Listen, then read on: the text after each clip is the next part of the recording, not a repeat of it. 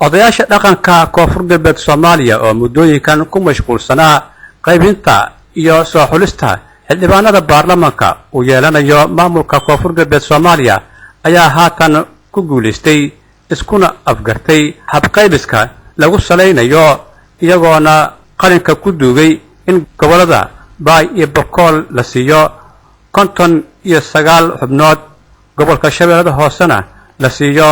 36 xubnood iyadoo tirada guud ee baarlamaanka koonfur galbeed Soomaaliyana laga doonayo 95 xubnood afayeenka golaha odayaasha dhaqanka koonfur galbeed Soomaaliya Malaq Deerow ayaa maanta waxa uu ka warbixiyay halka ay wax u marayaan waxaana uu yiri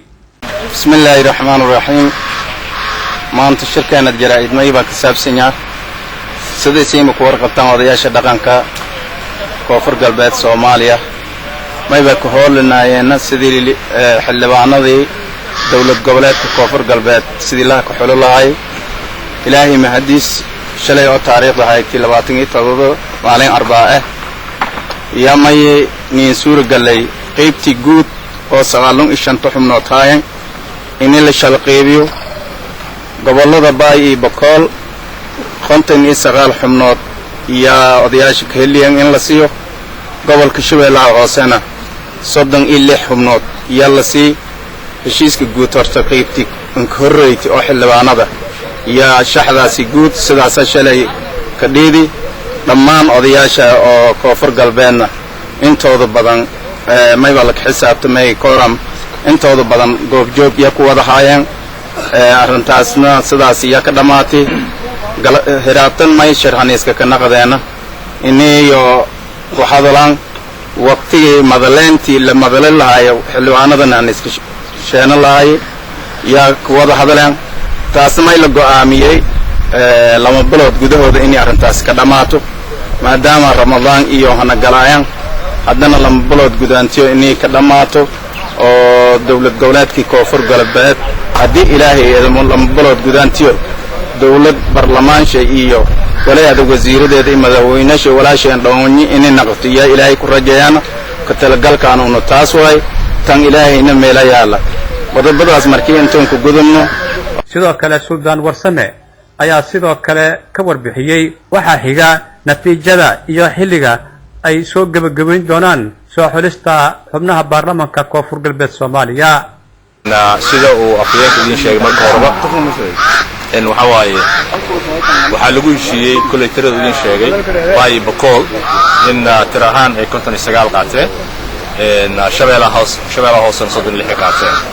tirada hadda waxa loogu talagalay inay gobolka Shabeellaha Hoose insha Allah berito waxay ku noqonayaan Shabeellaha Hoose si qabaa'ilada kale oo qatanaa ay ula fadhiistaan sidii shaxda loo sameeyay lahaa oo gobol ahaan ay u kala qaybsan lahaayeen hadii la yiraahdo Baay Boqol saasoo kale waxaan rajaynaynaa insha Allah bisha dambe horaanteeda in odayaasha shuruudaha baarlamaanka iyo kulli loo sheegi doono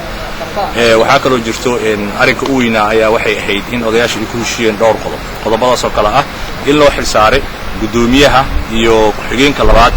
in ay ka soo aruuriyaan magacyada iyo xildhibaanada gobolka Shabeellaha Hoose afayeenka iyo gudoomiyaha ku-xigeenka koowaad in ayaga loo xilsaaray Baay Boqol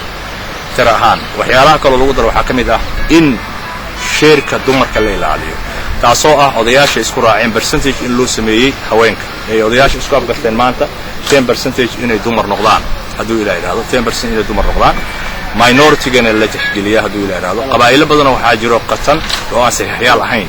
qabaa'iladaasna inay xuquuqdooda helaan haduu ilaa yiraahdo laakiin odayaasha dhaqanka inay noqdaan afartiskooga inta ku xareysan oo saxiixyaalka ah kaliya inay baarlamaanka soo xuli karaan haduu ilaa yiraahdo qorshahaas ayaa hadda loo sameeyay insha Allah waxaan rajaynaynaa muddo 2 bil gudahooda in baarlamaanka lagu soo xulo odayaasha dhaqanka hadda waa baarlamaanka kumeel gaarka ayaga ah inta baarlamaankaas kale uu ka imaanay ay ka dooranayaan kumeel gaar gudoomiye baarlamaan ay ka dooranayaan laga dhaarinayo waxa si haynay odayaasha dhaqanka waxaan rajaynaynaa inay dhamaanayso insha Allah 2 bil gudahooda kulli wixii kale su'aalaha press release baan sameyn doonaa press release kaas ayaan waxaan sameynaynaa inaan u soo gudbino idaacadaha dhan iyo international community haduu ilaa yiraahdo in maanta la heli doono haduu ilaa yiraahdo Abshir Maxamed Nuur Mandela Royal TV Baydhabo